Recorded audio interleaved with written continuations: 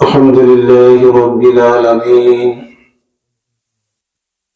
الصلاة والسلام على سيد الأولين والآخرين، رحمة للعالمين، وعلى آله وأصحابه وأولياء أمته وأهل سنته أجمعين.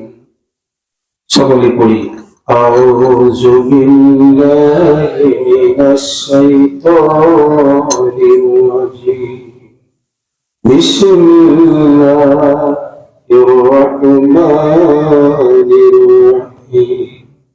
وإلهكم إله واحد لا إله إلا هو الرحمن الرحيم.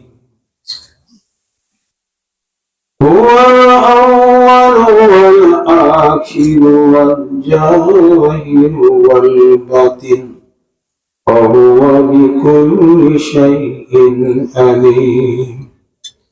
إن الله وملائكته يصلون على النبي يا أيها الذين آمنوا صلوا عليه وسلموا تسليما. اللهم صل على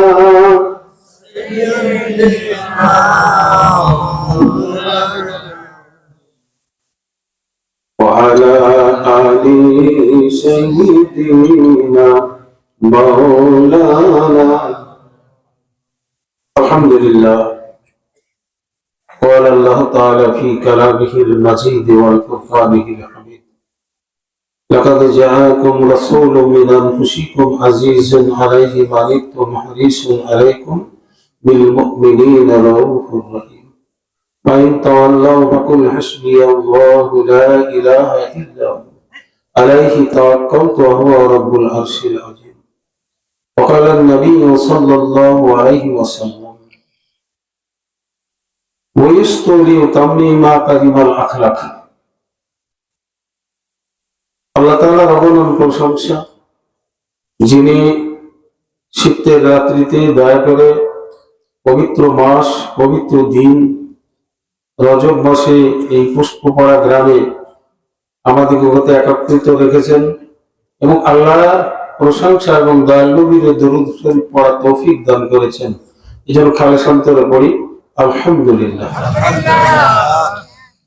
অতঃপর দরুদ ও সালাম বর্ষিত হোক আল্লাহ তাআলার রাজত্ব টিকে থাকার সময় পর্যন্ত, যিনার কারণে আল্লাহ তাআলা সমস্ত কিছু সৃষ্টি করেছেন। যিনাকে সৃষ্টি না করলে আল্লাহর নাম পরিচয় আমরা কেউ জানতাম না। তিনি হচ্ছেন হযরত মুহাম্মদুর রাসূলুল্লাহ সাল্লাল্লাহু তাআলা আলাইহি ওয়া আলিহি ওয়া সাহবিহি ওয়া বারিক ওয়াসাল্লাম। হাজরান মুহাব্বাতান, যুগে যুগে নবী রাসূলগণ, আলেমগণ, আল্লাহর ওলিগণ, তাদের একটাই উদ্দেশ্য ছিল। উদ্দেশ্যটা কি?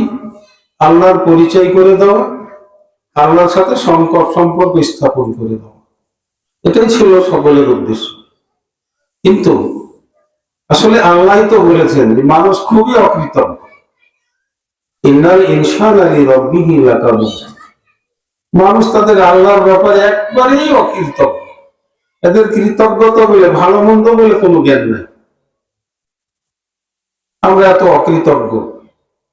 যিনি আল্লাহর খাস পরিচয় দিলেন তিনি হচ্ছেন হযরত মুহাম্মদুর রাসূলুল্লাহ সাল্লাল্লাহু আলাইহি ওয়াসাল্লাম। এই আল্লাহ কোন নবী রহমান বলে আল্লাহকে ডেকেছেন, কেউ রহিম, কেউ খালেক, কেউ মালিক, কেউ গফুর, কেউ গফফার বলে ডেকেছেন। কিন্তু খোদ হযরত মুহাম্মদুর রাসূলুল্লাহ সাল্লাল্লাহু আলাইহি ওয়াসাল্লাম আল্লাহ এভাবে ডেকেছেন, কারণ এটা আল্লাহ পছন্দ করেছেন। আল্লাহর প্রেমিক বান্দারা, বান্দিরা হযরত জাবের রাদিয়াল্লাহু থেকে বর্ণনা করা হয়েছে, তিনি জিজ্ঞাসা করেন, ইয়া রাসূলুল্লাহ, সর্বপ্রথম আল্লাহ তাআলা কি সৃষ্টি করলেন? রাসূল কি বললেন? আওয়ানু মা খালাকাল্লাহু রূহা মুহাম্মাদ। নূর নয়। আল্লাহ তাআলা সর্বপ্রথম তোমার নবী মুহাম্মদুর রাসূলুল্লাহ সাল্লাল্লাহু আলাইহি ওয়াসাল্লামকে সৃষ্টি করেছেন রূহের সাহায্যে। মানুষ আমরা দেহের সাহায্য নয়, কিন্তু রূহের সাহায্যে হচ্ছে আমরা মানুষ। রূহ যতক্ষণ আমাদের ভিতরে জীবন থাকে ততক্ষণ আমরা কথা বলছি একে অপরের সাথে, কিন্তু মৃত্যু হয়ে গেলে রূহ শুনতে পাই, বুঝতে পারে, জানতে পারে, বলে, কিন্তু আমরা বুঝতে পারি না। আওয়ালামা খালাকাল রূহা মুহাম্মাদিন সুম্মা আরসাল কুরসি আল্লাহু ওয়াল কলম। তারপরে আল্লাহ আরশ, কুরসি, লৌহ, কলম সমস্ত কিছু সৃষ্টি করলেন। এই মুহাম্মদুর রাসূলুল্লাহ সাল্লাল্লাহু আলাইহি ওয়াসাল্লামের কারণে আমরা আল্লাহর পরিচয় পেয়েছি। শুধু আমরা নয়, বাবা আদম আলাইহিস সালাম থেকে আরম্ভ করে দয়াল নবীর আগা মুহূর্ত পর্যন্ত যত নবী রাসূল আসছেন সকলেই হযরত মুহাম্মদুর রাসূলুল্লাহ সাল্লাল্লাহু আলাইহি ওয়াসাল্লামের কারণে আল্লাহর পরিচয় পেয়েছেন। এই জন্য রাসূল বলছেন কি জানেন? আল মারিফাতু রাসূল মাল। মারিফাত হচ্ছে আমার প্রকৃত পুঁজি। পুঁজি ছাড়া আপনার ব্যবসা করতে পারবেন? রাগ করে আপনার বাবা তাড়িয়ে দিল বাড়ি থেকে, আপনার কাছে 1 টাকাও নেই, আপনি একটা যদি পান বিড়ির সিগারেটের দোকানও করেন, পারবেন না। পুঁজি, সেই পুঁজিটা কি? রাসূল বলছেন আল মারিফাতু রাসূল মাল। রাসূল মাল হচ্ছে আসল পুঁজি, আসল ক্যাশ। তাহলে এই বিষয়টাকে আমাদের গুরুত্ব দিতে হবে। মারিফাত কি? আল্লাহ তাআলার পরিচয় সম্পর্কে অবগত। আল্লাহ কে, এই সম্পর্কে আপনাকে অবগত হতে হবে।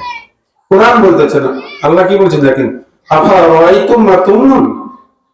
হে আমার বান্দা, আমি তোমাকে সৃষ্টি করেছি, আমি তোমাকে ওই মণিবিন্দু থেকে, বীর্য বিন্দু থেকে সৃষ্টি করেছি, না তুমি সৃষ্টি হয়ে গেছো?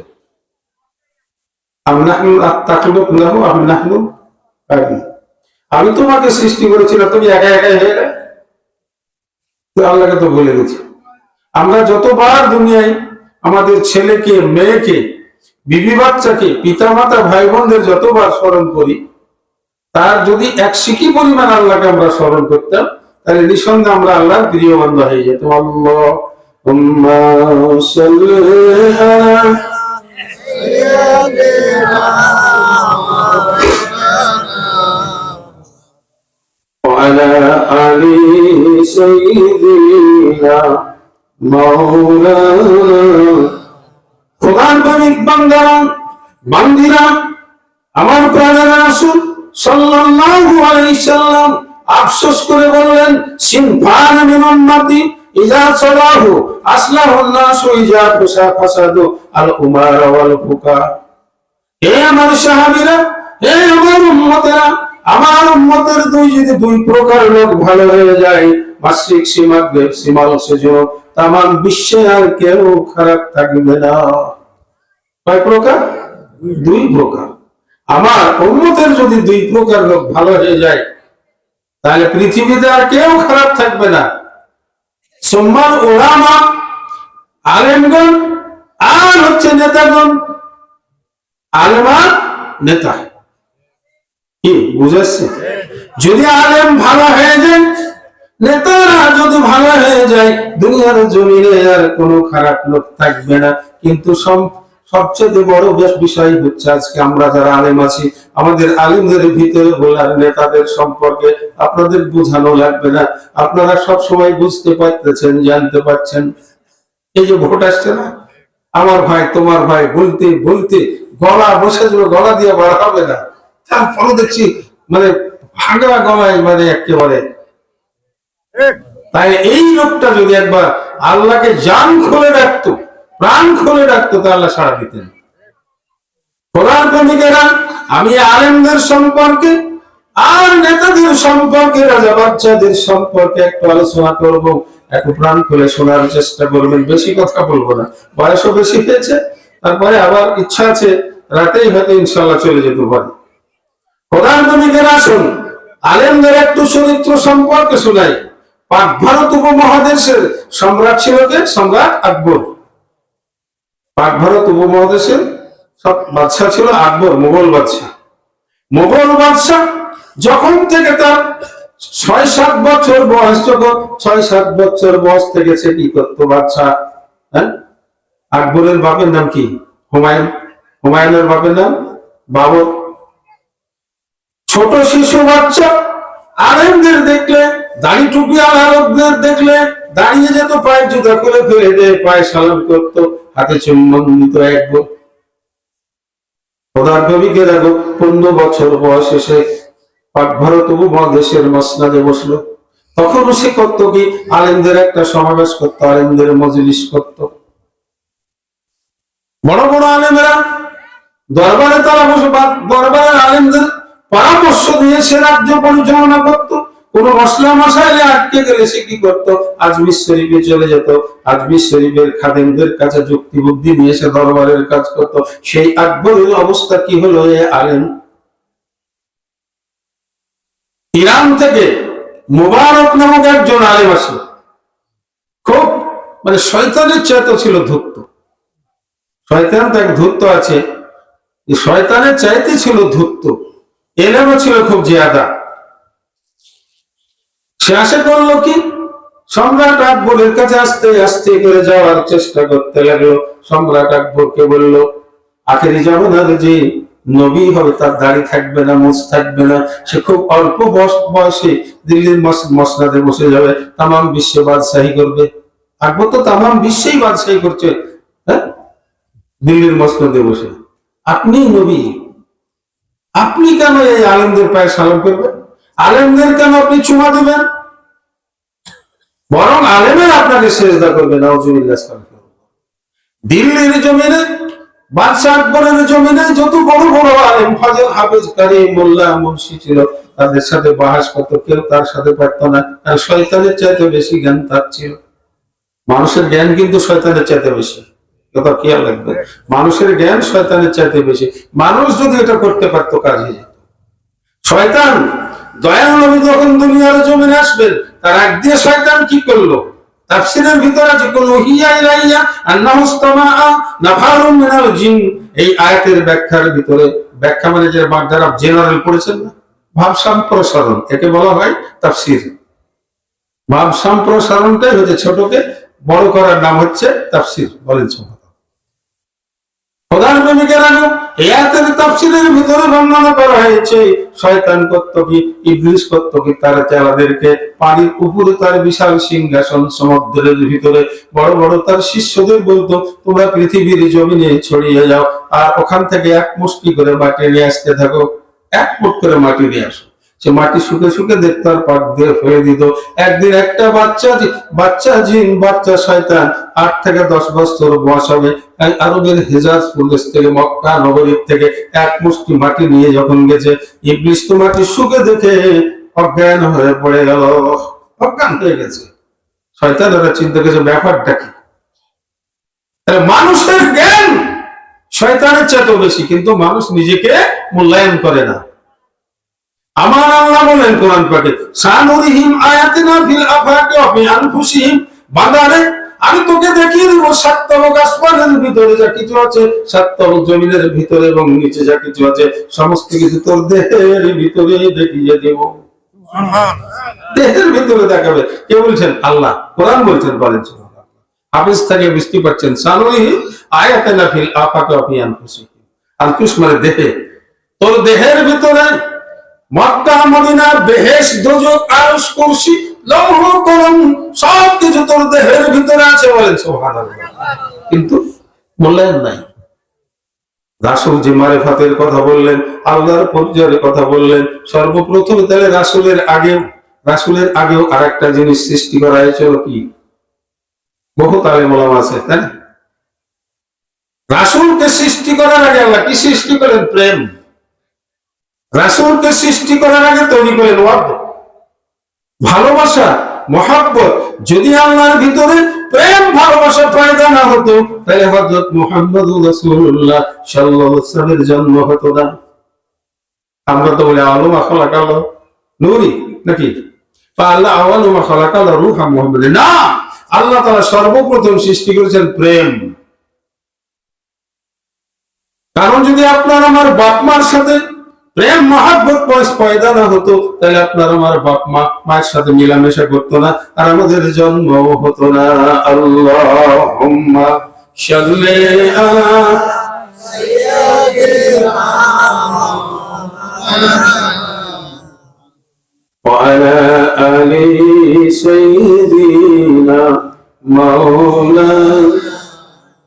আলহামদুলিল্লাহ। খোদার প্রেমিকেরা, প্রেমিকারা, আল্লাহর প্রিয় বান্দা বান্দিরা, আমার আল্লাহ তাআলা বললেন, আমি সাত আসমান জমিনের ভিতরে যা কিছু রেখেছি, তার নিচে যা রেখেছি, তার বাহিরে রেখেছি, বান্দারে তোর দেহের ভিতরে এটা আমি দেখিয়ে দিব। তুই যদি জাকার চেষ্টা করিস, তুই যদি বোঝার চেষ্টা করিস, তখন করি না। সাহাবা একরামরা যখন দেখতেন দয়াল নবী দোজকের কথা বলতেন, সাহাবীরা দোজক দেখতে পেতেন আর হাওমাও করে কাঁদতেন। বেহেশতের কথা যখন বলতেন, তখন সাহাবীরা আনন্দাত্মহারা হয়ে যেতেন, দেখতে পেতেন। কারণ ওনারা মহাসমুদ্রের পানি পান করতেন, কারণ ওনাদের দিলের ভিতরে ছিল আল্লাহর হাবিব হযরত মুহাম্মদুর রাসূলুল্লাহ সাল্লাল্লাহু আলাইহি ওয়াসাল্লামের প্রেম, ভালোবাসা। আমাদের ভিতরে কার? বাপের প্রেম, মায়ের প্রেম, ভাইয়ের প্রেম, বোনের প্রেম, বিবির প্রেম। যখন বিবির প্রেমে পড়ে যাই আমরা, তখন বাপ মাকেও ভুলে যায়, ঠিক না? হায় হায়, মক্কা শরীফে চলে গেলাম নাকি মদিনায় চলে গেলাম, টাকা আছে, কিন্তু আমার আল্লাহ বলতেছেন, তুমি তোমার বাপের দিকে যদি মহাব্বতের সাথে একবার তাকাও, মায়ের দিকে যদি একবার মহাব্বতের সাথে তাকাও, আমি কবুল হজরে দুখানা সব দিয়ে দিব। কিন্তু আপনি হজ করলাম 6 লাখ, 7 লাখ, 10 লাখ, 11 লাখ, হজেরও কিন্তু আপনি মনে করেন না কম টাকা। যেটা 1 নম্বর হজ, এটা 15 লক্ষ টাকা লাগে। 1 নম্বর হজের 15 লক্ষ টাকা লাগে, কারণ ওটা বাদশা ফাহাদের বাড়িতে আপনার থাকার জায়গা, ভিআইপি। আমরা যে হজ করে গেলাম ফকিরি হজ, ঠিক আছে না? আপনি আরামের সাথে ওখানে সুইমিং পুল আছে, হোটেলের ভিতরে সুইমিং পুলে গোসল করবেন, ওখানে আপনার মানে টেবিলে খাবার নাস্তা রাজকীয় হালে খাবেন, 15 লাখ টাকা লাগে গেল। আর আমাদের গরিবী 4-5 লাখ টাকা হয়ে যায়। কি বুঝে আসলো? খোদার ভূমিকা সেখানে আসলে না, আপনি লক্ষ লক্ষ টাকা খরচ করে হজে চলে গিয়েছেন, আপনার হজ কবুল হবে কিনা এ কথা তো হাদিসের ভিতরে নাই, বুখারী শরীফে নাই, মুসলিম শরীফে নাই, তিরমিজিতে নাই, আবু দাউদে নাই, নাসাইতে নাই, ফতোয়ার আলেমগরিতে নাই, কোন ফতোয়ার কিতাবের ভিতরে নাই। বলেন সুবহানাল্লাহ। হাদিসের ভিতরে আছে, হাদিসের ভিতরে আছে, ফতোয়ার কিতাবের ভিতরে আছে। বাপ মার দিকে যদি কেউ মহব্বতের সাথে দেখায়, আর ওই মহব্বতে যদি বাপের মায়ের পাখানে একটু হাত থেকে সালাম দিয়ে দেয়, আল্লাহ তাআলা কবুল 2টা হজের নেকি দিয়ে দিবেন। আল্লাহুম্মা সাল্লি আলা সাইয়্যিদিনা মাওলানা ওয়া আলা আলি সাইয়্যিদিনা মাওলানা। খোদার প্রেমিকেরা, আশিকেরা, শুনেরা, তাহলে এই যে আপনার আমার দেহের ভিতরে সব আছে, মক্কা মদিনা আমরা দেখতে পাচ্ছি না, ভিতরে দেখতে পাচ্ছি না,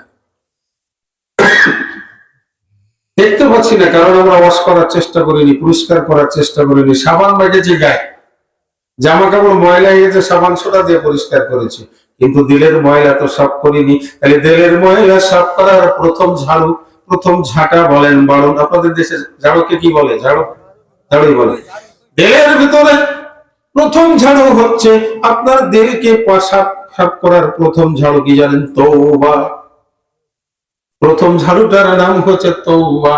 প্রথম ঘর মোছার যে যন্ত্রটার নাম হচ্ছে তওবা। আর তওবাতু নাদামাতুন, অনুতপ্ত হওয়ার নাম হচ্ছে তওবা, কান্নাকাটি করার নাম হচ্ছে তওবা। আমি বড় গুনাহগার ফেলেছি, পাপ করে ফেলেছি, অপরাধ করে ফেলেছি, ভোগ করে ফেলেছি।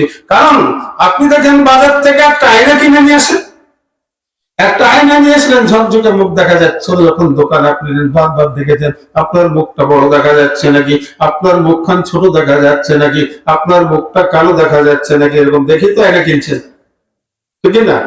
নিয়ে আসলেন, ঘরের ভিতরে রেখে দিয়েছেন, নাড়াচাড়া করেননি। 15 দিন 20 দিন পরে যদি আপনি বিবাহিত হয়ে থাকেন, মুছ কাটবেন বা দাড়ি ছাঁটবেন নাকি, বা মুখ দেখবেন,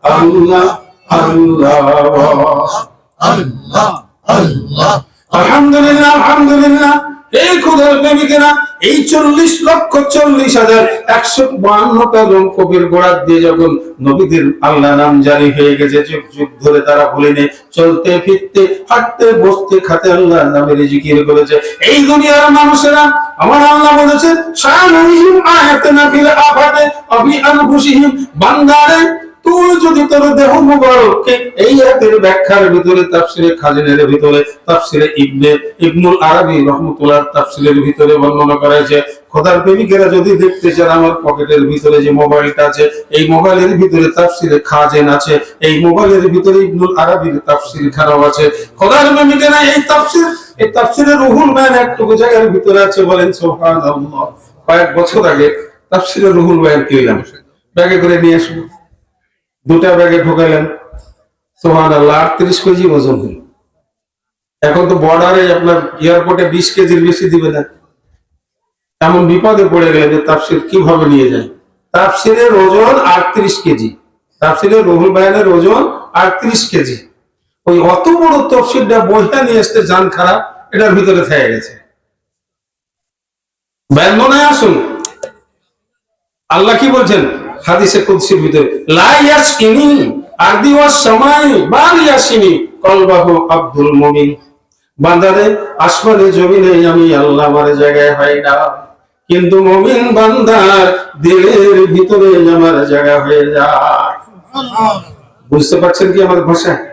বুঝে আসছে? তাহলে বান্দার শরীর একটা আলাদা, বান্দার দেহ আলাদা করে তৈরি করেছেন। খালাকাল্লাহু আদম আলা সুরাতিহি, আল্লাহ তাআলার কুদরতি সুরাতে আমাদের তৈরি করা হয়েছে। তাহলে এই বান্দাকে আল্লাহ দোজখে দিতে আল্লাহর মায়া লাগবে না? কত আদর করে সৃষ্টি করেছেন। কিন্তু রাগ কখন হয়? যখন আপনি আপনার বাপের সাথে, মার সাথে, ভাইয়ের সাথে, বোনের সাথে খারাপ ব্যবহার করলেন, তো আপনার বাপ মা ভাই বোন কিলে পাড়া বাড়ি থেকে তোর মতো ছেলের আমার দরকার নাই। তো আল্লাহ তো রুহের জগতে আপনার আমার কাছে ওয়াদা নিয়েছিলেন, ওয়াদা নিয়েছিলেন না? আল্লাহ বলেন, বলো আমি কে? আমরা বলেছিলাম কওলু বালা, জিজ্ঞেস করলেন আল্লাহ কে? আমরা বলেছিলাম আপনি আমাদের আল্লাহ। স্বীকার করেছি আমরা, আল্লাহর সাথে ওয়াদা করেছি। এই অঙ্গগুলোকে, এই বিষয়গুলোকে ধ্বংস করছে কে? বরবাদ করছে কে? এক শ্রেণীর আলেম আর এক শ্রেণীর নেতা। তাই আমার রাসূল বলছেন, আমার উম্মতের দুই প্রকার লোক যদি ভালো হয়ে যায়, সব ভালো হয়ে যাবে।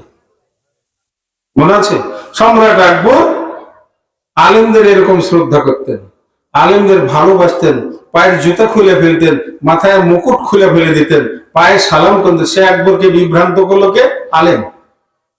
মুবারক নামের ইরানের একজন আলেম তাকে বুঝ দিল, আপনি আখেরি জামানার অবতার, আপনি নবী।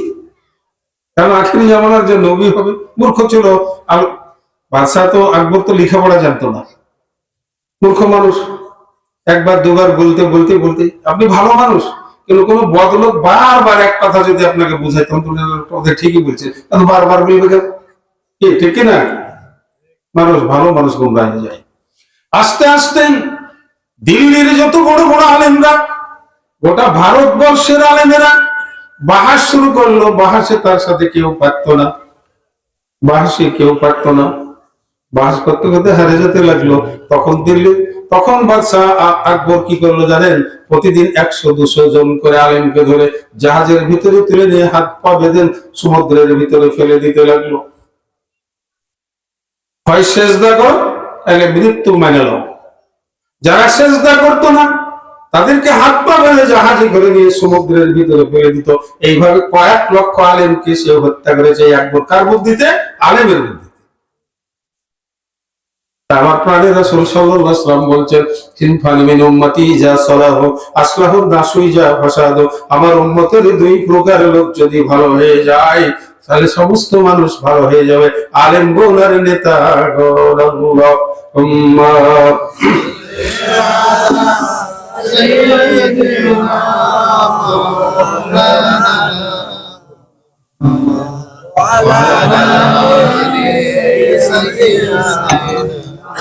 খোদার নবীকেরা, শিখেরা, শুনেরা এইভাবে হাজার হাজার লক্ষ লক্ষ আলেমকে বেইজ্জত করতে লাগলো। আর তার দুই বেটা ছিল আবুল ফজল আর ফাইজি। ওরাও খুব উচ্চদরের ইবলিশ মার্কা আলেম ছিল। হকপন্থী আলেমেরা পারল না। কিন্তু লাস্টে কি হলো, এক মর্দে মুমিনের জন্ম হলো সিরহিন, পাঞ্জাব প্রদেশের পাতিয়ালা জেলার সরহিন্দ শরীফে। বলেন সুবহানাল্লাহ। তিনি হচ্ছেন হযরত ইমাম রব্বানী মুজাদ্দিদ আল ফিসানি খাজিনাতুর রহমান আবুল বারাকাত বদরুদ্দিন শেখ আহমদ ফারুকি সিরহিন্দি রাহমাতুল্লাহ আলাইহি। তিনি আওয়াজ উঠালেন, সম্রাট আকবর দ্বীন ইলাহি করছিল। যে দ্বীন ইলাহির গ্রন্থ ছিল কি জানেন? ওদের কোরআন ছিল। প্রথমে ছিল ইয়াইহাল বাশা লা তাজবাহিল বাকার, হে মানুষেরা গরু জবাই করো না, যদি গরু জবাই করো তো সব দোজখে চলে যাবে। খোদার প্রেমিকেরা, তাহলে আমি এতটুকুই বললাম, আলেমদের কারণে আকবর গুমরাহ হয়েছে, পথভ্রষ্ট হয়েছে, জাহান্নামী হয়ে গেছে। আরো বলি, দেশের বাদশা তাফসীরে খাজিরের ভিতরে আছে, দেশের বাদশা যদি ভালো হয়ে যায়, দেশের বাদশা যদি প্রজাদের ভালোবেসে ফেলে, দেশের বাদশা যদি প্রজাদের প্রতি অনুগ্রহ করে, ধানে বরকত হয়ে যাবে, ফলে আমে বরকত হয়ে যাবে, কাঁঠালে বরকত হয়ে যাবে, জমিনে বরকত হয়ে যাবে, সবকিছু হয়ে যাবে। বলেন সুবহানাল্লাহ। এই তাফসীরে খাজিরের ভিতরে বর্ণনা করা হয়েছে, একজন ন্যায়পরায়ণ বাদশা প্রজাদের অবস্থা দেখার জন্য গ্রামে গ্রামে দেখতে লাগলেন। দেখতে দেখতে দুপুর বেলাতে খুব পিপাসা লাগে গেছে, গলা শুকিয়ে যাচ্ছে। এই সময়তে এক প্রজার দরজায় গিয়ে কড়া নড়ালেন, শিকলি নড়ালেন। দরজার ভিতর থেকে 15-16 বছরের একটা মেয়ে আদবের সাথে ঢেকে বাইরে বলল, কিন্তু পরিচয় দিচ্ছেন না, আমি এই রাজ্যের বাদশা। বলে, বাবা একটু পানি খাও, আমি খুব পিপাসিত, তৃষ্ণা লেগেছে, খুঁজমাইয়া আমাকে একটু পানি দাও, আমার গলা শুকিয়ে যাচ্ছে। একটু পরে যদি যেভাবে আমার গলা শুকাতে শুরু করেছে, হয়তো কিছুক্ষণের মধ্যে আমি পিপাসায় বেহুশ হয়ে যাব। আল্লাহর বান্দি ওই মেয়ে করলো কি, এক গ্লাস শরবত, মালটার শরবত করে নিয়ে এসে দিল। প্রাণ খুলে খাইলেন। তার ভিতরে কিছু খড় কুটে দেওয়া ছিল, আস্তে আস্তে খাইলেন। বলে যে, বাবা এটা কয়টা মালটার রস? বলে, একটা মালটার রস। খড় কুটে দেওয়া কেন? বলে, মুসাফির আপনি তো বললেন যে আমি খুব বিভাসিত, তো আপনি খড় কুটে গেলে দেওয়ার পর আপনি ধীরে ধীরে খাবেন, যদি ঢক ঢক করে খেয়ে ফেলেন তাহলে তো আপনার পিপাসা মরবে না। এই জন্য খড় কুটে গেলে দিয়েছি যে ধীরে ধীরে আপনি খান। বলেন বিচক্ষণতা। বাদশা মন্ত্রীকে নিয়ে ঘুরছেন আর বুঝছেন এই এলাকার ফলে মূলে ফসলে এত বরকত যে একটা মালটার রস 1 গ্লাস হয়ে গেছে, এবার আশপাশে ফিরে গিয়ে করবো কি, এই এলাকার খাজনা বাড়িয়ে দিব। বলছেন ঘুরতে ঘুরতে মেয়ের বিচক্ষণতা তাকে ভালো লেগেছে, ফিরে এসে আবার দরজা নড়াচ্ছে। কি ব্যাপার? বলে, আর 1 গ্লাস শরবত খাও। এবার তো আল্লাহর বান্দি শরবত করেছেন, শরবত করে বেশ অনেকখানি দেরি হয়ে গেছে। প্রথম তো চা কিছুক্ষণের মধ্যে নিয়ে এসে দিয়েছেন, বেশ দেরিতে শরবতটা নিয়ে এসে দিলেন, এবং সমস্ত শরীর ঘামে গেছে, মোটু ঘাম চুয়ে পড়তেছে, বিষণ্ণ বদন। বাদশা বলতেছেন, তোমার ব্যাপার কি? আর এই শরবত আনতে কেন এত দেরি হয়ে গেল, নিয়ে আসতে কেন দেরি হয়ে গেল? বলে, হে মুসাফির, হে আগন্তুক, আপনি যখন প্রথমবারে আসছিলেন একটা মালটাতে গ্লাস ভর্তি হয়ে গেছিল, এখন 2টা মালটা দিয়ে আমি গ্লাস ভর্তি করতে পারি না। বলো কারণটা কি? বলে, নিশ্চয়ই আমাদের দেশের রাজা বা বাদশার মন পরিবর্তন হয়ে গেছে, প্রজাদের উপর থেকে তার মন উঠে গেছে, এই কারণে এই মালটার বরকত নষ্ট হয়ে গেছে, সমস্ত ফলমূলের বরকত নষ্ট হয়ে গেছে। বাদশা তো বলছে যে ওই হতভাগা তো আমি, কারণ বরকত দেখে চিন্তা করলাম এলাকার খাজনা বাড়িয়ে দিতে হবে। খোদার প্রেমিকেরা, শেখেরা, সুলেরা, তার যার কারণে আল্লাহর হাবিব বলতেছেন, আলেম সম্প্রদায়, রাজা বাদশারা, উজির নাজির নেতারা যদি সঠিক ভাবে তারা চলে, সব জায়গায় বরকত হবে। কিন্তু কোথায় সেই লোক? সেই লোকটা কোথায় বলেন, যাকে আমরা খুঁজবো যে বরকত হবে আমাদের দেশে? একজন দিনদার, পরেশগার, মুত্তাকি, নেককার, আল্লাহওয়ালা রাজ্য শাসন করবে, যার রাজ্যে শুধু শান্তি আর শান্তি। ইল্লা কি ইলান সালামান সালাম আল্লাহুম্মা সাল্লি আলা সাইয়্যিদিনা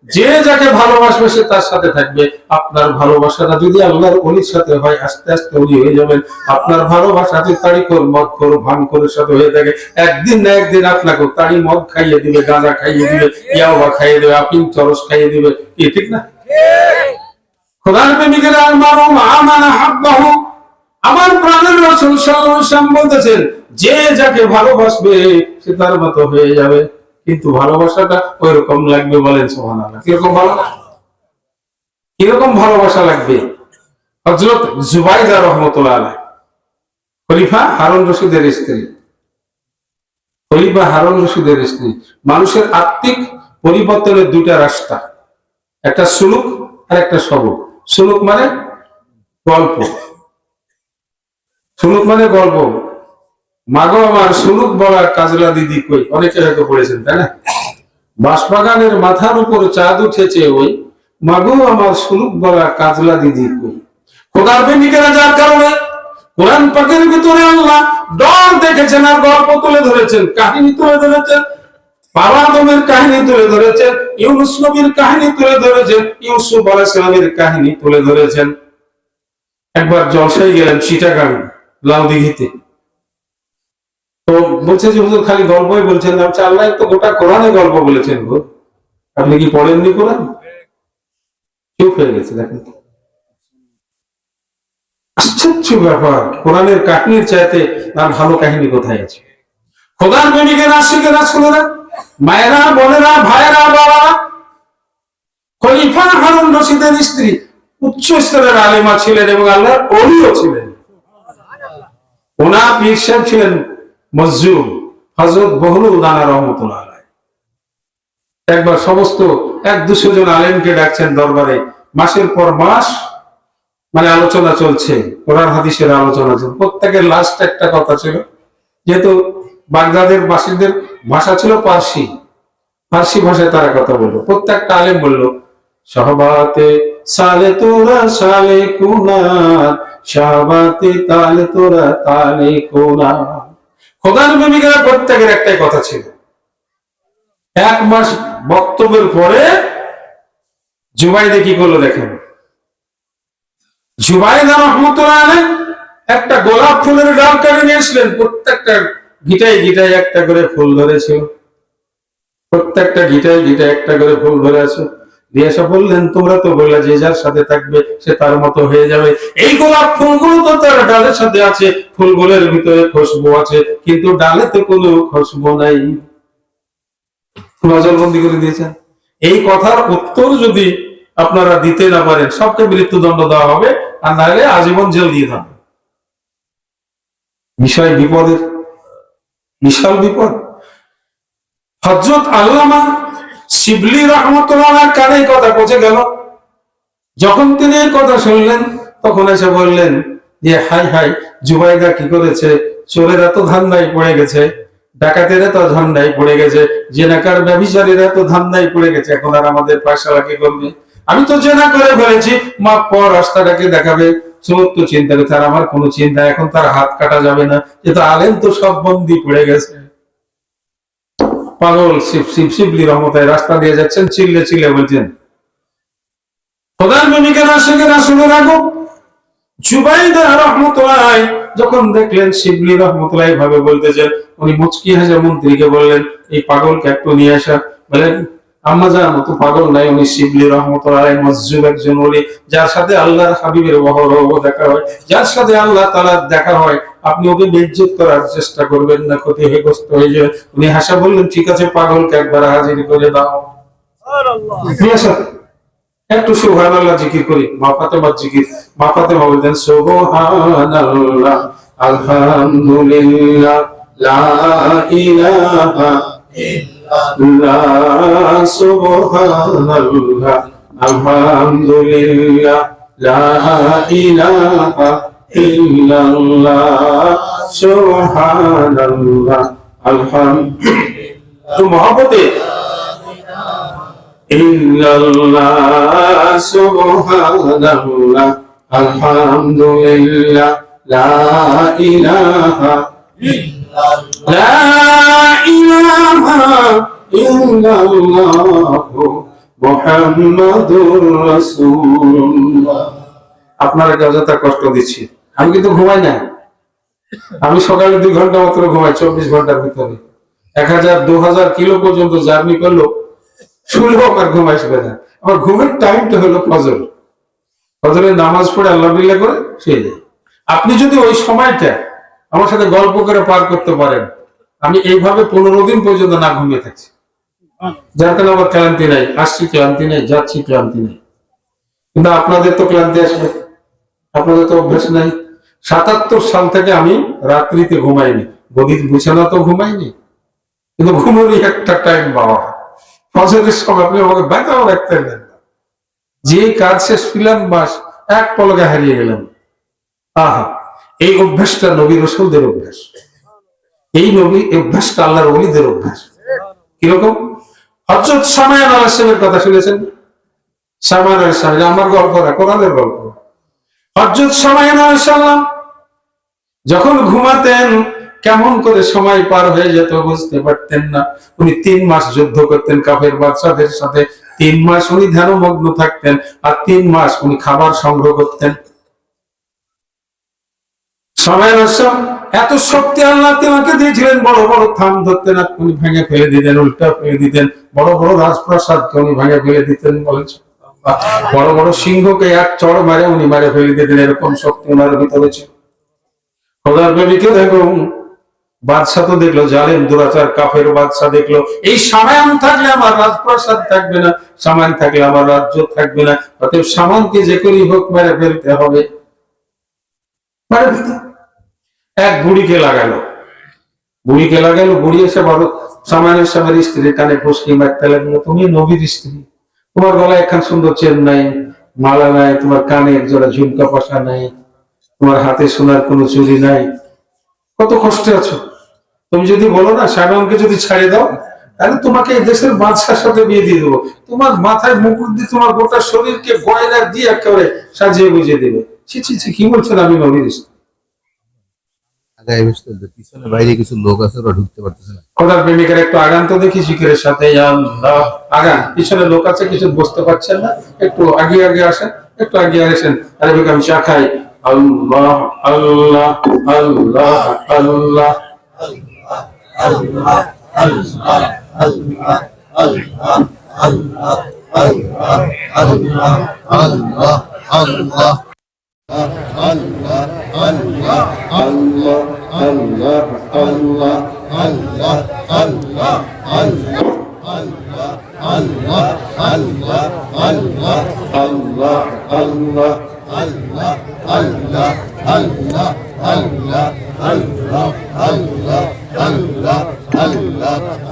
আলহামদুলিল্লাহ আলহামদুলিল্লাহ। এই যে একটু আগে বলছিলাম না কান ভাঙেনি, বাদশা কানে ফু দেওয়া শুরু করলো, বাদশা গুমরা হয়ে গেল, জাহান্নামে হয়ে গেল। এবার নবীর বিবি হযরত সামায়া আস-সামারির বিবি তার পিছে লাগিয়ে দিল জালেম দুরাচার কাফের বাদশা, যে করেই হোক সামায়াকে মারতে হবে। ফন্দিত হলো, তার স্ত্রীকে আগে কবজায় নিয়ে আসো, তার স্ত্রী ছাড়া তো তাকে মারা যাবে না, কারণ কোন জিনজিরে ওনার শরীরে কাজ করতো না, মোটা মোটা রসা দিয়ে বাঁধলে ওনার শরীরে কোনো কাজ করতো না।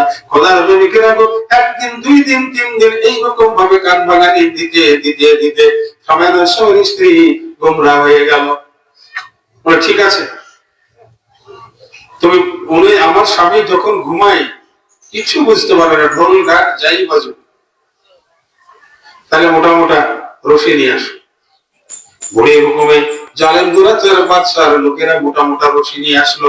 আল্লাহর নবী ঘুমাচ্ছেন, ঘুমের ভিতরে বড় বড় রশি দিয়ে গোটা শরীর বেঁধে ফেলছেন। বাইরে খবর দিয়েছেন, বেঁধে ফেলেছে, এখন চলে আসবো। যার কারণে আল্লাহর হাবিব বলছেন, মেয়েদের সাথে মেয়েদেরকে পর্দা করতে হবে। বেপর্দা মেয়েদেরকে পর্দাশীল পর্দানুশীল মেয়েদের সাথে পর্দা করতে হবে। একটা বেপর্দা মেয়ে যদি আসলে আপনার পর্দানুশীল মেয়ের সাথে মুসাফা করে, শিরা লাগাই, তাহলে আস্তে আস্তে খারাপ হয়ে যাবে। পায়খানার গন্ধ পায়খানায় তো হাতে লাগে, যখন আমাদের মাটিতে হাত পুষি, গরিব মানুষের সাবান নেই, বারবার দিলে দুর্গন্ধটা যায়। খোদার প্রেমিকেরা, একটা নেককার স্ত্রী লোক একটা পদ্মশীল স্ত্রী লোক যখন বেপর্দা মেয়ের সাথে মুসাফা করবে, মুআনেকা করবে, দিনের দিন আস্তে আস্তে ও বেপর্দা হয়ে যাবে, বেপর্দা হয়ে যাবে। খোদার নবীকে রাখো, আশিকের রাসূলের রাখো, পদ্মশীল মেয়েরা হচ্ছে হীরার টুকরা, পদ্মশীল মেয়েরা হচ্ছে পরশমণি, পদ্মশীল মেয়েরা হচ্ছে কিমিয়ায় সাদাত, সৌভাগ্য ঈশ্বর স্পর্শমণি। কোথায় সেটা? তো একটা মজা, শীতটা যদি 12 মাসে থাকতো কত মেয়ে। আমি শাহ বাজারে একটা লোকের দোকানে খেজুরের গুড় নিচ্ছি, এই কয়েকদিন আগের ঘটনা। একটা হিন্দু মেয়ে জানাশোনা দেখছি সুন্দর করে গাটা ঢাকে পড়ে যাচ্ছে। তারপরে দিদি কি ব্যাপার, আপনাকে তো অন্য সময় দেখেছি আপনার ওড়নাও গায়ে দেন, আর এখন বলছে দাদা বাবু শীত পড়ছে তো। বলছে আল্লাহ 12 মাস শীত রাখতো, তাহলে তো মেয়ে, হ্যাঁ মেয়েগুলা শরীর তো ঢাকতো,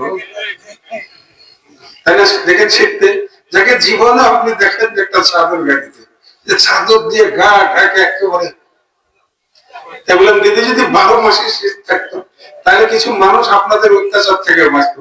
দাদা আমরা কিরকম অত্যাচার করছি, প্রথমে রাস্তায় হাঁটছো, গায়ে কাপড় নাই, পেট দেখা যাচ্ছে, শরীর দেখা যাচ্ছে, অঙ্গ প্রত্যঙ্গ তোমার দেখা যাচ্ছে, তাহলে এদিকে তো সব কিছু মানুষ যুবক যারা, তো তোমার দেল ভালো আছে কিন্তু অনেক তো আছে তাদের দেল তো ভালো নেই। আরেকটু বলি, আমি তো শ্রী শামুকদুম সাহেবের নাম তো শুনেছেন, বড় বিশ্বের বড় ছেলের ছেলে, ওনার মাজার আছে। তো রাজশাহী জেলখানা জেলারের স্ত্রী আসতে মানুষের গোটা বডি দেখা যাচ্ছে। আমি বলে মামা যান, আমরা বলি বাপ মা ভাই বোন আত্মীয় স্বজন ছেড়ে দেশে তারা ইসলামের জন্য আসছে, আপনি এখানে এভাবে আসছেন, তো একটা চাদর গায়ে দিয়ে আসতেন। বলে আমার দিল ঠিক আছে। বলেন তো কি বলবেন? খাদেমেরা তো আমাকে বলছে হুজুর জেলারের স্ত্রী, তো সাবধানে করো। বাবা জেলার হোক আর শেখ হাসিনা প্রধানমন্ত্রী, অন্যায় অন্যায় অন্যায় যে প্রতিবাদ করতে পারে সেই হচ্ছে মাধ্যম। আমি বললাম আম্মা আপনি যেটা বললেন ঠিক বললেন না, আপনার দিল ঠিক আছে, আমার দিল তো ঠিক নেই। আল্লাহর কসম করে হচ্ছে এভাবে বলছি যে আমার দিল তো ঠিক নেই, মনে হচ্ছে আপনাকে কষা ধরি। বুঝলাম আগে বাড়ি ছিল খাদেমেরা মাজারে বলছে হুজুর বিপদে আছে, আপনি কয়েকদিন আগে আসেন না। তখন আমি সেক্রেটারি ছিলাম। 2-3 দিন পরে দেখছি যে জেলার সহ আসে, খাদেমদের বলছে যে আচ্ছা যে হুজুর কাল আমার স্ত্রীকে বেইজ্জত করে চোখ, তো ওনার হুজুরের ভিতরে আমি আবার একটা হুজুর আছে যেখানে উনি ইবাদত করেন, জানালা নাই, পিছনে একটা দরজা। শীতের সময় ঘরে ঢুকলে গোট শরীর ঘামে যায়। বাইরে আসলেন, তখন বললাম যে সালাম দিলাম, সবাই বললাম হুজুর আপনার স্ত্রীকে বেইজ্জত করে, আপনার স্ত্রীকে নিয়ে আসতেন। বলছে না আমার স্ত্রীকে নিয়ে এসছি, ওই দেখছি বোরখা গায়ে দিয়েছে। বলছে আমাকে যা বলছে আমি তো তার কথা শুনলাম, সে রাগে বলছে হুজুরকে শাস্তি না দিলে হবে। বলে দেখো হুজুর ঠিক বলেছে, মাথা ঠিক করো, উনি ঠিক কথা বলেছে। রাজশাহী জেলখানা জেলারের স্ত্রী বোরখা গায়ে দিয়ে, সব চিন্তা হচ্ছে স্ত্রী কথা দেখতে পাচ্ছি, হুজুর যে বোরখা গায়ে দিয়ে ওটাই আমার স্ত্রী। ভদ্র মহিলা আমার পায়ে সালাম করে বললেন বাবা আমি আসলে ইসলাম সম্পর্কে তো জ্ঞান ছিল না, আপনার কথা আমাকে খুব ভালো লেগেছে, আমি ওয়াদা করছি আপনার সামনে আমি জীবনে আর কোনদিন নামাজ কাজা করবো না, আর বেপর্দা কোনদিন চলবো না। আল্লাহুম্মা সাল্লি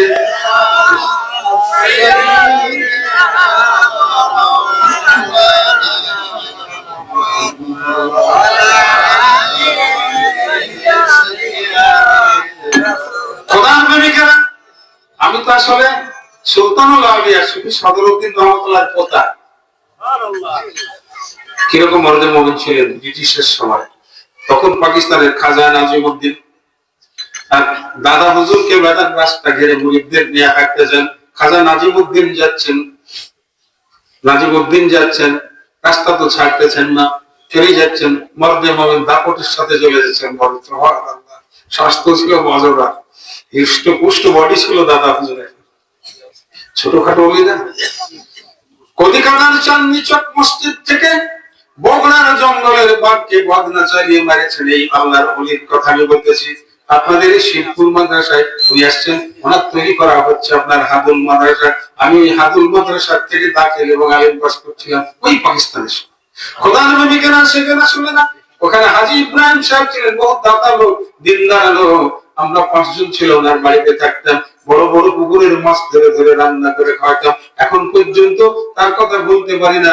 এরকম মানুষ যদি আজকে বাংলাদেশে থাকতো, তাহলে বাংলাদেশের অসহায় এতিম ছাত্রদের কোনো কষ্ট হতো না। আসুন সুবহানাল্লাহ, আলহামদুলিল্লাহ, লা ইলাহা ইল্লাল্লাহ, সুবহানাল্লাহ, আলহামদুলিল্লাহ, লা ইলাহা লা ইলাহা ইল্লাল্লাহ, মুহাম্মাদুর রাসূলুল্লাহ। খোদার প্রেমিকেরা, দাদা হুজুর কেবলাকে পালকিতে করে যে হাতুর এলাকাটা দেখেছেন তো আপনারা, আপনাদের দেশে বিশাল জঙ্গল ছিল, জঙ্গলের ভিতর দিয়ে দাদা হুজুরকে পালকিতে করে নিয়ে যাওয়া হচ্ছে।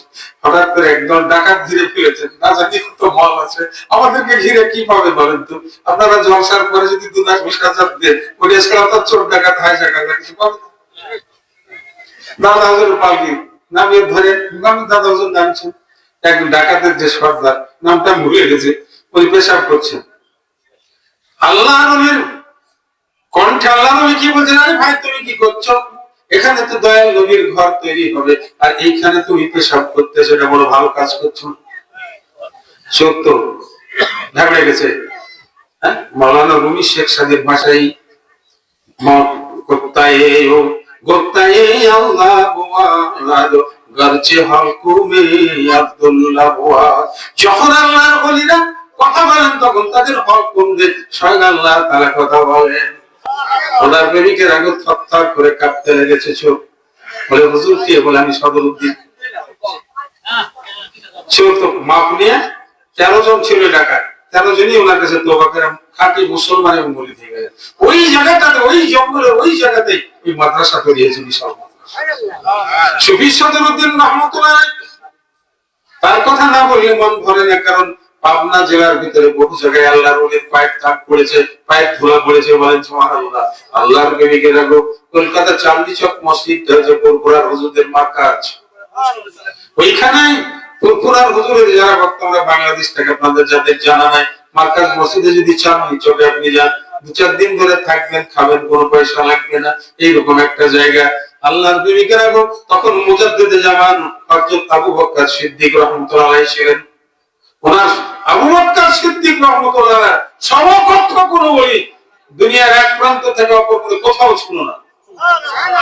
উনি মুজাদ্দিদে জামান ছিলেন, উনি ইমামুল হারামাইন, উনি মক্কা শরীফের ইমামতি করেছেন, উনি মদিনা শরীফের ইমামতি করেছেন। ফুরফুরার লোকেরা তো মনে করেছে হুজুর ফুরফুরাতেই থাকে, ফুরফুরাতেই থাকে। কিন্তু ওয়াক্তে উনি কাবা শরীফে কোনদিন নামাজ পড়াতেন, মদিনা শরীফে নামাজ পড়াতেন। ধরা খাইতে তো হবে, চোর মনে করছে চোর তো করতে আছি, ধরা কি আমাকে? কিন্তু একদিন না একদিন চোর ধরা খেয়ে যাবে, ঠিক না? ধরা খাবে। খোদার প্রেমিকের একদিন হযরত আব্দুল হাই সিদ্দিকী রাহমাতুল্লাহ নাম তো আপনারা শুনেছেন। তিনার পায়ের ছাপ ওই আপনার পাবনা জেলার আনাচে ছড়িয়ে আছে। শিশু বাচ্চা আব্দুল হাই সিদ্দিকী রাহমাতুল্লাহ 1-1.5 বছর হবে, ওনাকে কোলে করে নিয়ে উনি মসজিদে নববীতে চলে গেছেন। ঘুমিয়ে গেছে, মেহরাবের কাছে শুয়ে দিয়েছেন। আসার সময় কিন্তু ভুলে গেছে। বিবি সাহেব বলতেন আব্দুল হাই বলে আছে, ঘুমিয়ে গেছিল তো, এই মসজিদের মেহরাবের ভিতরে শুয়ে দিয়েছে। গোটা ফুরফুরা আছে দক্ষিণ দিক গ্রামটা না, ফুরফুরা গ্রামের আসল নাম হচ্ছে দক্ষিণ দিক। খোদার প্রেমিকেরা গোটা ফুরফুরা এলাকার যত মসজিদ ছিল সমস্ত মসজিদ গুলো তন্ন তন্ন করে খুঁজছেন, কোথাও তো নাই। বলছেন দেখো অস্থির হয় কিছু না, ঘুমাতে দাও, আসলে রক্তে গিয়ে নিয়ে এসে দেব। তাহলে হুজুর বলেন ছেড়ে পাগলি, ওখানে কেউ যেতে সবে বাড়ি গেছে। 40 বছর পরে মুখ ফসকে বাইরে গেল, আরে পাগলি তো মসজিদে নববীর মেহরাবের ভিতরে শুয়ে রয়েছে, আর তুই কি করে ভারতের ভিতরে পাবি? বলেন সুবহানাল্লাহ। আল্লাহর নবী মুজাদ্দিদে জামান হযরত আবু বকর সিদ্দিক রাহমাতুল্লাহ আসমান দিয়ে উড়তে পারতেন, পানির উপর দিয়ে হাঁটতে পারতেন। বলেন সুবহানাল্লাহ। দুনিয়ার জমিনে এখন অনেক আল্লাহর ওলি আছে, কারণ আল্লাহর ওলিরা এরকম। হযরত ইমামে রব্বানী মুজাদ্দিদ আল-কিশানী রাদিয়াল্লাহু তাআলা তিনি বলেন, সাহায্য করেন যদি জিবরাইল আমায়, ইশাই করেছে যাহা করিব তাই। খোদার প্রেমিকের আশিকের রাসূলেরা আল্লাহর ওলিদেরকে আল্লাহ তাআলা এত শক্তি দান করেছেন, এত কারামাত মুজিজা দান, কিন্তু বর্তমানে যে অবস্থা আমাদের বাংলাদেশে ওরকম কি একটা আমল নাই তো। হেরা গুহার আমল তো করে না। 15 বছর ধরে হেরা গুহায় আল্লাহর হাবিব ধ্যান করেন। আপনি সারাদিনের ভিতরে কয়বার ধ্যান করলেন? করেননি। আমার আল্লাহ বলছেন, আল্লাহ জিনা ইয়াজকুরুল্লাহ কিয়ামান ওয়া কুদুম আলা যুনুবিহিম ওয়া ইয়াতাফাক্কারুনা ফিল খালকিস সামাওয়াতি ওয়াল আরদ। আর আমার ওই বান্দারা ফজরে আমাকে স্মরণ করে, জোহরে আমাকে স্মরণ করে, আসরে আমাকে স্মরণ করে, মাগরিবে আমাকে স্মরণ করে, ইশায় আমাকে স্মরণ করে। আমি স্মরণের সময় সে ধ্যানমগ্ন হয়ে যায়। একের করে মোরাকাবা করে, মোরাকাবা করে। আর কি বলে তারা? ধ্যানের ভিতরে রব্বানা মা খালাকতা হাযা বাতিলান সুবহানাকা ফাকিনা আযাবান নার। আল্লাহ তাআলা আসমান এবং জমিনের ভিতরে বাইরে যা কিছু সৃষ্টি করেছেন, অযথা কিছুই সৃষ্টি করেন নাই। বুঝাচ্ছে বাবা? কথা বুঝতে পারছেন? কেন পারবেন না? আপনাদের ভাষা আমাদের ভাষাতে রাঁচি, তার রাঁচি বিভাগের ভিতরেই তো পাবনা, বগুড়া, রংপুর, দিনাজপুর, হ্যাঁ, 5টা জেলা তো আমাদের আছে। আপনাদেরই তো প্রতিবেশী। খোদার বিবিকে রাশিকে রাশিকে রাখো মায়েরা বলেন আমার। তাই দেখেন শিবলি রহমতুল্লাহ চলে গেছিলাম অনেক, তাই না? আবার চলে গেলাম খলিফা হারুন রশিদের দরবারের দিকে। মায়েরা বলে রাখো কত বিদুষী, কত জ্ঞানী ছিলেন হযরত জুবাইদা রাহমাতুল্লাহ আলাইহি, কত বড় আল্লাহর ওলি ছিলেন। এখন আপনি মক্কা মদিনায় যা দেখবেন, জুবাইদা নামক একটা নহর রয়েছে। পানি ছিল না, বাগদাদ থেকে শুরু করে বিশাল নহর করেছেন, যেখানে পানি জমে থাকবে, মানুষেরা খাবে। খোদার বিবিকের ওনার গয়না কাটে, সোনা দানা যা কিছু ছিল সমস্ত কিছু বিক্রি করে লেবার কাটে এই নহর মানে তৈরি করেছিলেন। এত বড় বিদুষী ব্যক্তি শিবলি রহমতুল্লাহ বাইরে তো চিল্লাছেন আর জুবাইদাকে গালিগালাজ করতেছেন। মন্ত্রীকে ডাকে বললেন, দেখো তো কে জোর চিৎসা চাচ্ছে। আমি নাকি চোরেদের ফ্যাসিলিটি দিয়ে দিলাম, স্বাধীনতা দিয়ে দিলাম, ডাকাতদের স্বাধীনতা দিয়ে দিলাম, জেনাকার বদকারদের স্বাধীনতা দিয়ে দিলাম, মদ মত্ত মাতালদের স্বাধীনতা দিয়ে দিলাম। ধরে মজ্জুব আমাজা মজ্জুব তো মজকে আসা বললাম, ঠিক আছে, ও মজ্জুব বান্ধব কৃষকে নিয়ে আসা, এত বড় কথা বলার তার সব আমার বয়সে দোষ চাপাইতেছে, ধরে নিয়ে আসা হলো। বলে তুমি এটা বলছো কেন?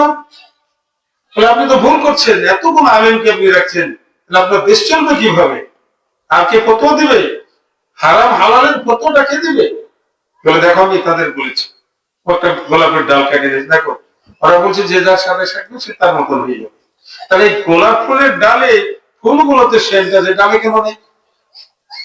বলে আম্মা ফুলের সহবত কিন্তু অনেক দূরে, এখানে ফুলের নিচ দিয়ে একটা ডাঁটা আছে, ডাঁটাটা লাগে আছে হ্যাঁ ডালের সাথে, কিন্তু ফুলটা তো লাগে না। ডাঁটাটা আপনি শুকে দেখেন, ফুল শুকে দেখেন, আর ডাঁটাটা আপনার চিকন ডাঁটাটা, ফুলের যে চিকন ডাঁটাটা আপনি শুকে দেখেন, ডাঁটার ভিতরে এগুলো আপনার খুশবু আছে, কিন্তু ডালে তাই পৌঁছেনি। তাহলে বলে আপনি একটা চুঙা নিয়ে এসেন, বাঁশের চুঙা নিয়ে আসা হলো, ফুলগুলোকে পাপড়ি ছুটি ছুটে ডালের সাথে সুন্দর করে দিয়ে একটা ন্যাকড়া দিয়ে জড়ালেন, জড়িয়ে চুঙার ভিতরে রেখে দিলেন। সেই চুঙার ভিতরে রেখে দিলেন, কিছু সময় পরে এবার দেখে পরে ডাল শুকে দেখে ডালের ভিতর দিয়ে খুশবু আসছে। বলেন সুবহানাল্লাহ। তাই বলছেন যদি আপনার সহবতটা, আপনার উঠা ভাষাটা, আপনার ভালোবাসাটা যেমন গোলাপের ফুলগুলোকে আমি জড়িয়ে জড়িয়ে দিয়েছি, ওইরকম অতফত ভাবে যদি সত্যিকারই ভালোবাসা থাকে, তাহলে আপনি এরকম হয়ে যাবেন। ফেসালা হয়ে গেল। বলে দেখো তোমাকে ধরার কারণ এটাই, ধরার কারণ এটাই।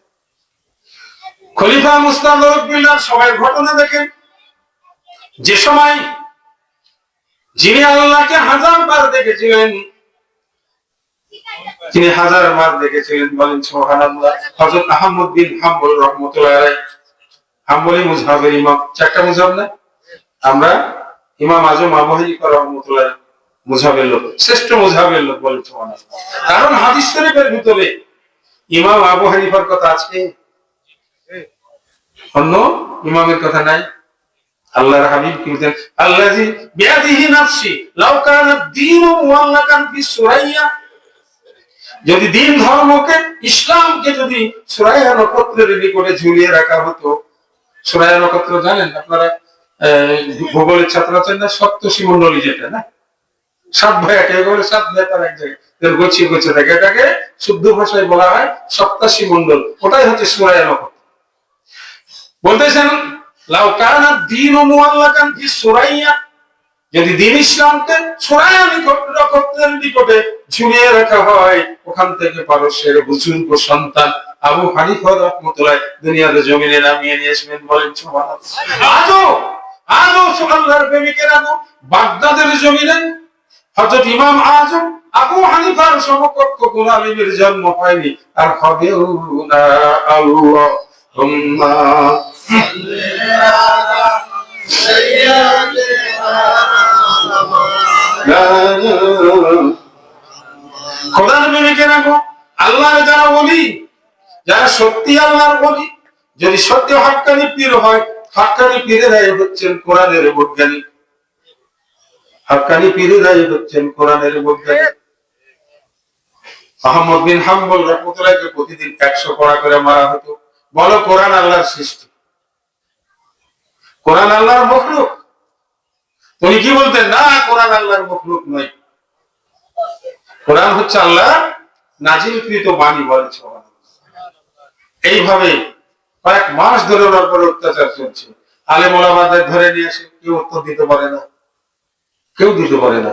একজন আল্লাহর ওলি, একজন পীর মাশায়েখ হযরত দাউদ রাহমাতুল্লাহর নাম রাস্তা দিয়ে চলে যাচ্ছেন, যখন শুনলেন, তখন ছিল বাদশা মুস্তাদারক বিল্লাহ, বাগদাদের খলিফা ছিল মুস্তাদারক বিল্লাহ। মুস্তাদারক বিল্লাহ ভাবে এত বড় ইমাম, এত বড় আল্লাহর ওলিকে নির্যাতন করছে, ওনার কথা উত্তর দিতে পারছে। আল্লাহর ওলি আসলেন, আল্লাহর ওলি আসলেন। বাবা অল্প সময় বলবো, ছটপট করেন না, আমি যেতে হবে তো, রাজি অনেক দূর না। উনি আসলেন, এসব কি ব্যাপার?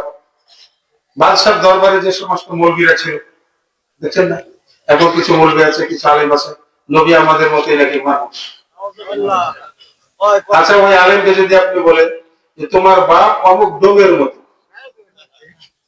মৌলানাকে বলেন তোমার বাপ অমুক সাঁতালের মতো, তোমার বাপ অমুক ধাগুরের মতো, তখন রাখবে না? রাখবে না?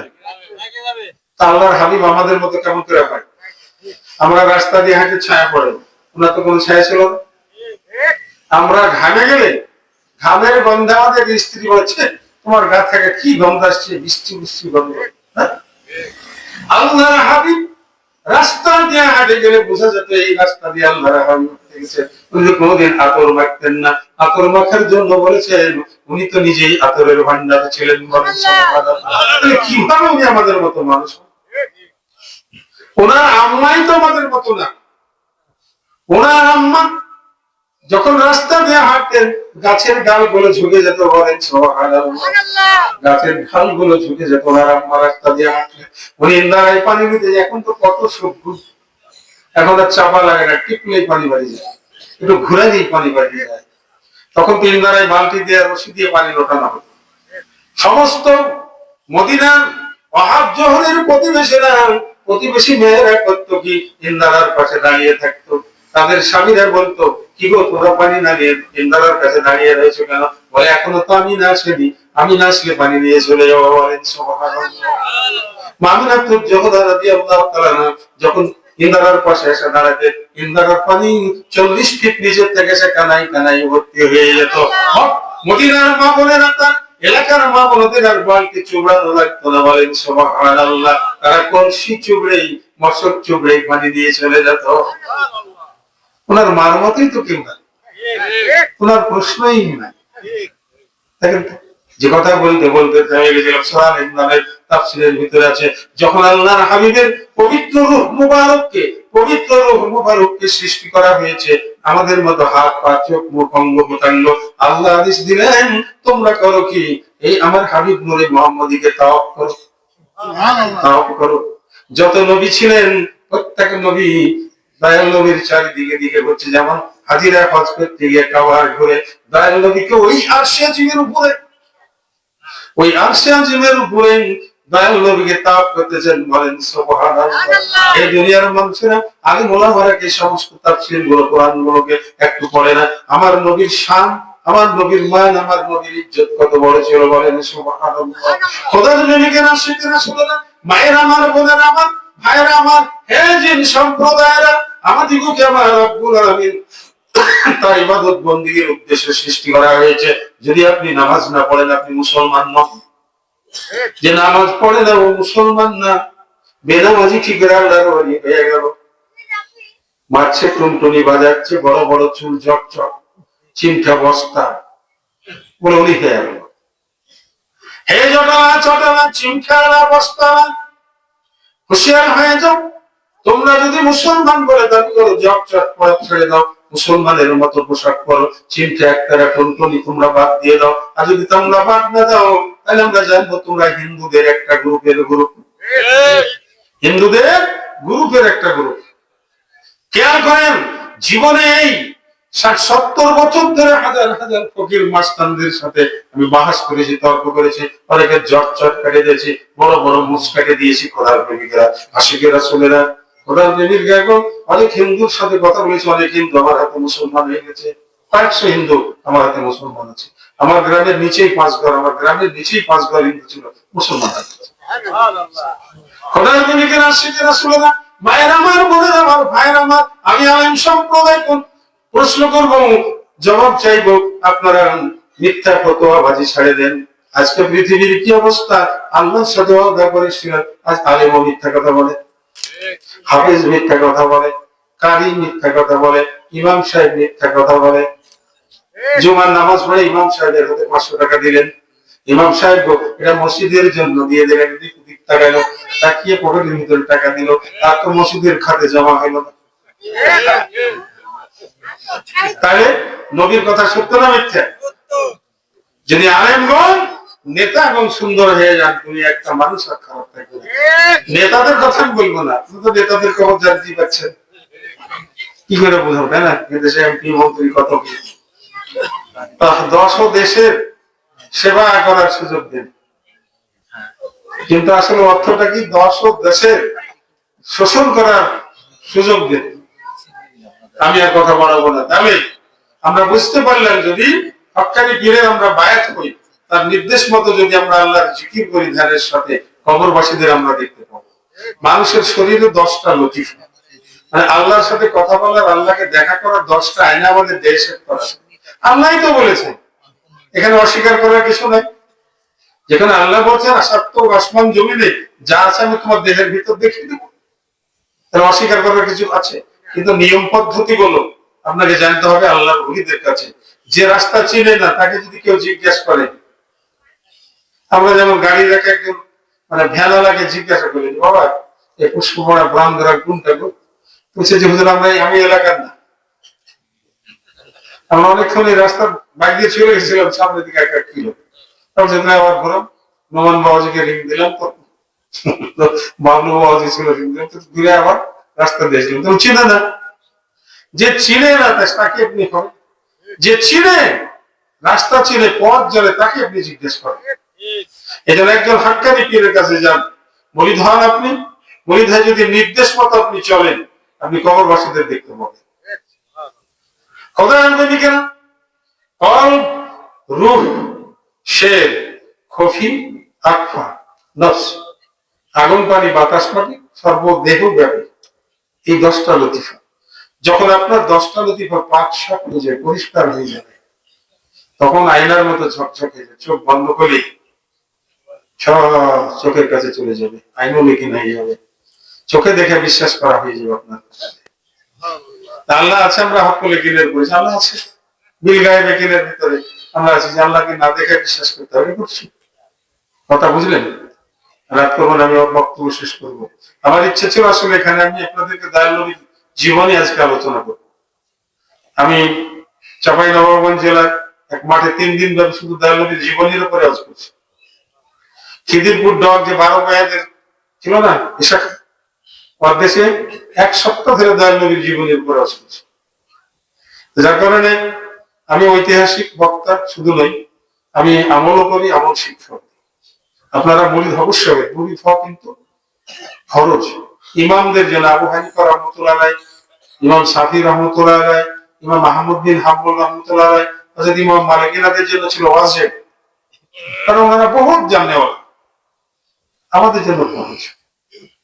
তাফসীর দেখলে পাবেন, রুহুল বাইন দেখেন, তাফসীরে খাজেন দেখেন, কথা প্রেমিকেরা, আহমদ বিন হাম্বল রহমতুল্লাহ আলাইহিকে মারধর করছেন। আল্লাহর একজন ওলি যখন শুনলেন খলিফা মুস্তাজার বিল্লাহ অত্যাচার করছে, উনি সঙ্গে সঙ্গে দরবারে আসলেন। দরবারের আলেমেরা বসে আছে, তারা বলল তুমি কে? উনি বললেন আমি একজন আল্লাহর পথের পথিক। একটু অত্যাচার কেন করছে এত বড় ইমামের উপরে? বলে ওনাকে তো প্রশ্ন করা হয়েছে কোরআন মখলুক, উনি বলছেন না গায়ের মখলুক। তো বলে আচ্ছা কোরআন যে মখলুক এই কথা কি হযরত মুহাম্মদুর রাসূলুল্লাহ সাল্লাল্লাহু আলাইহি ওয়াসাল্লাম বলেছেন? বলেন না। ওরা সাহাবীরা বলেছেন? বলেন না। তাবেঈনেরা বলেছেন? বলেন না। তো যে কথা আখেরি নবী হযরত মুহাম্মদুর রাসূলুল্লাহ সাল্লাল্লাহু আলাইহি ওয়াসাল্লাম বললেন না, সেই কথা নিয়ে আপনারা বাড়াবাড়ি করছেন। আলেম সব লাজবাব হয়ে গেছে, লাজবাব হয়ে গেছে। কারণ গোত্তা এই আল্লাহ ওয়াদ গরচে হলকুম আব্দুল্লাহ ওয়াদ। যখন আল্লাহর ওলিরা কথা বলে তাদের জবান দিয়ে হলকুম দিয়ে আল্লাহই কথা বলে। শেষ পর্যন্ত মুক্তি দিয়ে দিলেন।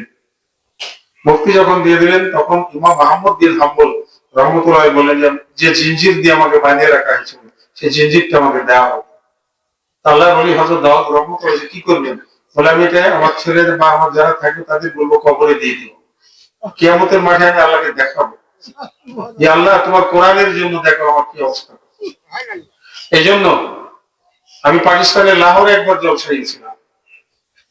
তারা বললো হুজুর কেমন ওয়াজ করবেন? আমি বললাম যদি আল্লাহর তরফ থেকে কেউ শুননেওয়ালা থাকে আমি বলনেওয়ালা আছি আল্লাহর তরফ থেকে। খোদার প্রেমিকেরা কথার কোনো শেষ নেই। কোরআন হাদিস মহাসমুদ্র, এই সমুদ্র পাড়ি দিতে কেউ পারেনি, সাহাবীরা পারেনি। আমরা কি কথাই কি করলাম? আমি ইনশাআল্লাহ দাঁড়িয়ে সালাতুস সালাম পেশ করব।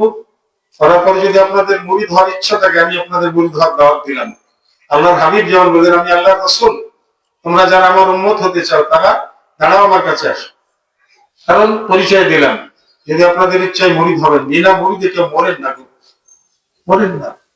আপনি আমি কবরে চলে যাব, যখন বলবে তুমি কোন ধর্মের উপরে ছিলে, হাদিস বলে হাদিসের ব্যাখ্যাগুলো বলতে হয় যে আলেম ওলামাদের বিশাল কিছু ভুল আছে, আলেমের বিশাল ভুল আছে। তখন কি বলবো? আমি যে মুসলমান, আমার সাক্ষী আমার বাপ বাবার মা। তা তোমার বাপ মা যে মুসলমান ছিল তার সাক্ষী? তাহলে দেখা যাবে দু তিন পুরুষ পরে দেখা যাবে আমার দাদরা পর দাদরা ডোম ছিল নাই, চাড়ান ছিল নাই, সকাম ছিল নাই, গুনা ছিল নাই, ধাঙ্গ ছিল, ঠিক কিনা? আর এই দেশে তো কোনো মুসলমান ছিল না। আল্লাহর ওলিরা এই দেশে মুসলমান করেছেন।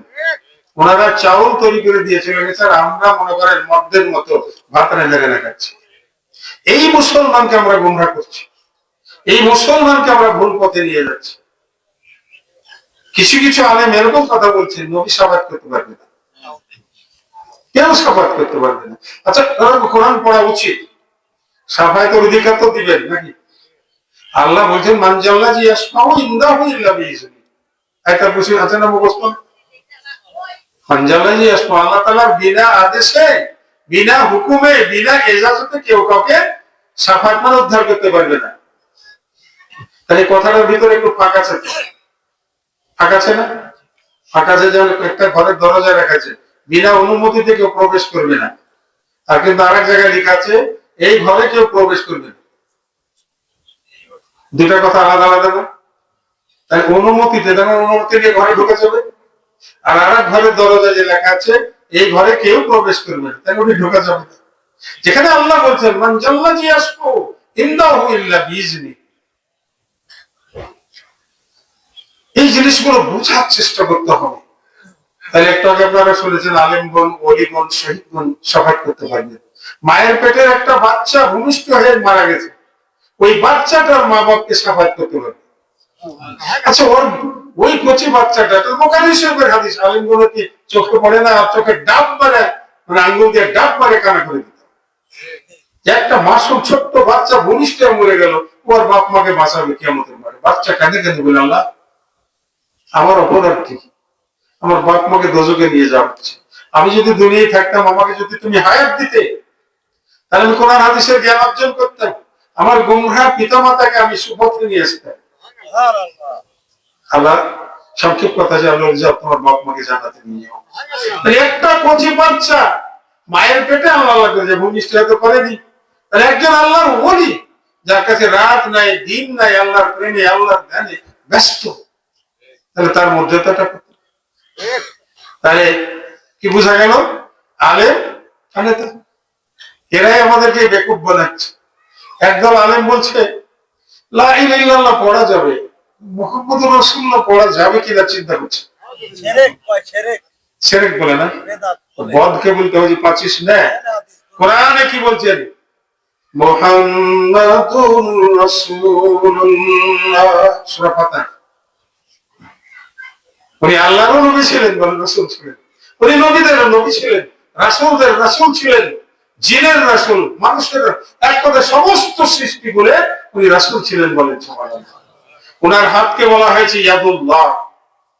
নবীর হাতের নাম হচ্ছে ইয়াদুল্লাহ, আল্লাহর হাত। নবীর মুখকে বলা হয়েছে লিসানুল্লাহ, আল্লাহর জবান। ওনার চোখকে বলা হয়েছে আইনুল্লাহ, আল্লাহর চোখ। ছোট্ট একটা নিদর্শন বলে আমি ছেড়ে দেব। তাবুকের যুদ্ধ, তাবুকের যুদ্ধের কথা বলি। তাবুকের যুদ্ধে রোমকেরা যখন হুমকি দিল, রাসূলুল্লাহ সাল্লাল্লাহু আলাইহি ওয়াসাল্লাম 30,000 সৈন্য নিয়ে, এত বড় বিশাল বাহিনী কোনদিন হয়নি। 30,000 সৈন্য, 12,000 উট, 12,000 ঘোড়া, আর দুম্বা ছাগল তো অনেক ছিল। তারা গাদিরে খুবির কাছে বসে খাবার শেষে গেছে, পানি নেই। ওই একদিন ফজরের নামাজ কাজা হয়েছিল, 30,000 লোক পানি নেই। দয়াল নবীর ফজরের নামাজ কাজা হয়েছিল।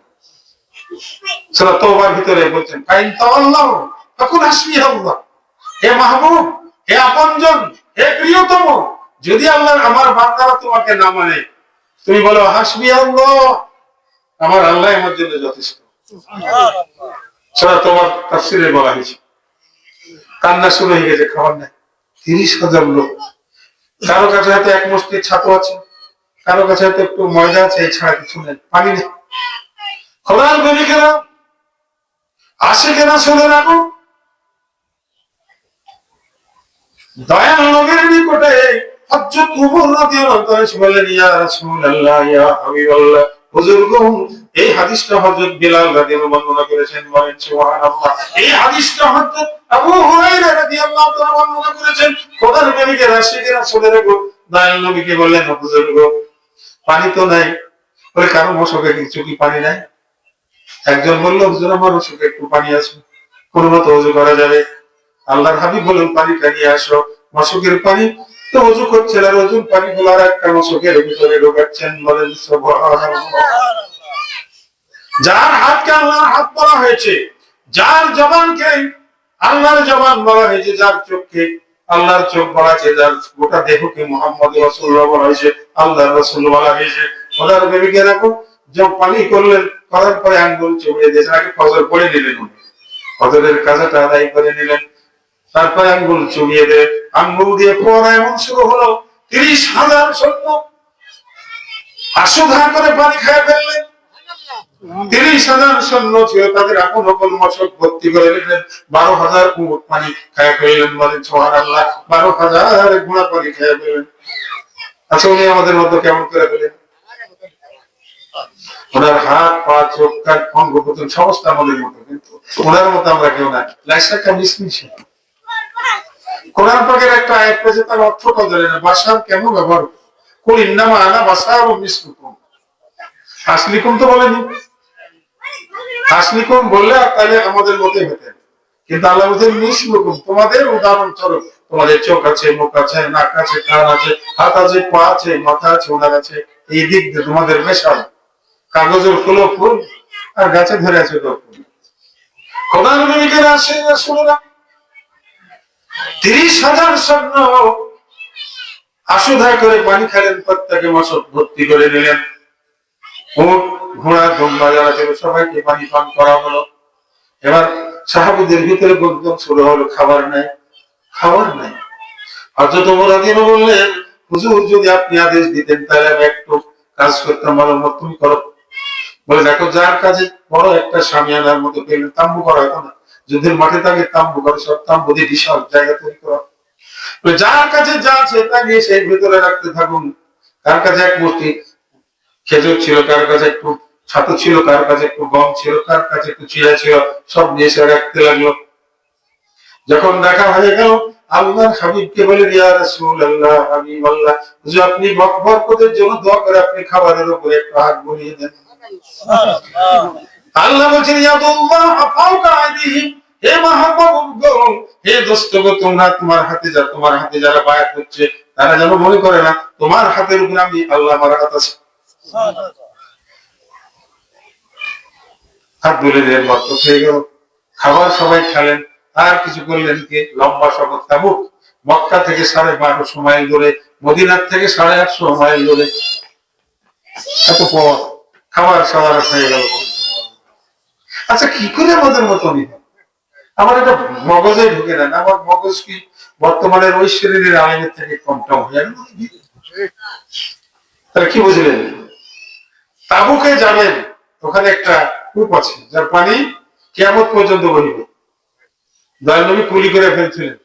ফেলার সাথে সাথে হযরত আবু হুরায়রা রাদিয়াল্লাহু আনহু চমক কথা, পুরো যে মাছ কাজে কর্মর গরমর করে না মেঘের সময়, ওরকম হয়ে পানির ভিতরে আওয়াজ হতে লাগলো, উল্টা পাল্টা যেতে পানি আপন মনে কানা কানা বহে যাচ্ছে। এখন আমি নিজে দেখেছি 81 সালে দেখেছি। এবার হজে যে পারিনি যেতে, শরীর এবার হজ করে আসলাম আমি 25-এ, কিন্তু শরীরের শক্তি ছিল না। যেন মুআল্লিম বললো যে ভাবছি যদি আপনি যেতে চান আপনাকে বিমানে করে নিয়ে যাবেন। বাবা, শরীরে শক্তি থাকতে হবে তো।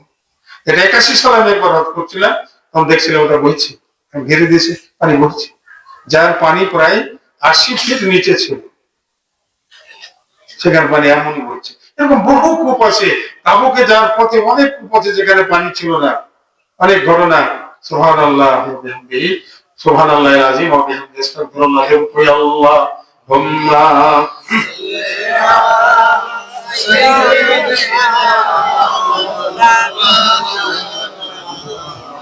وعلى آل سيدنا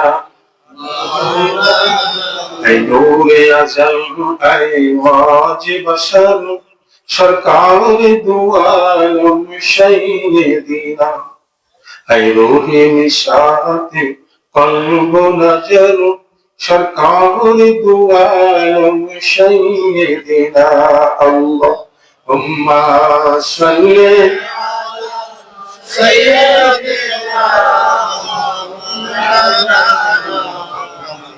وعلى آل سيدنا اے پیدا مرسل شلموجه کرن اے ختم رسول اے شمع حرم आलम है तेरे जेर नजर सरकार दो आलम सैयदना अल्लाहुम्मा सल्ली अला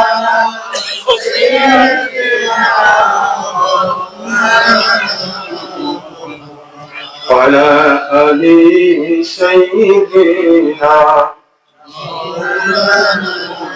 আসলে একটু দাঁড়িয়ে যাই। শাল্লাল্লাহু আলা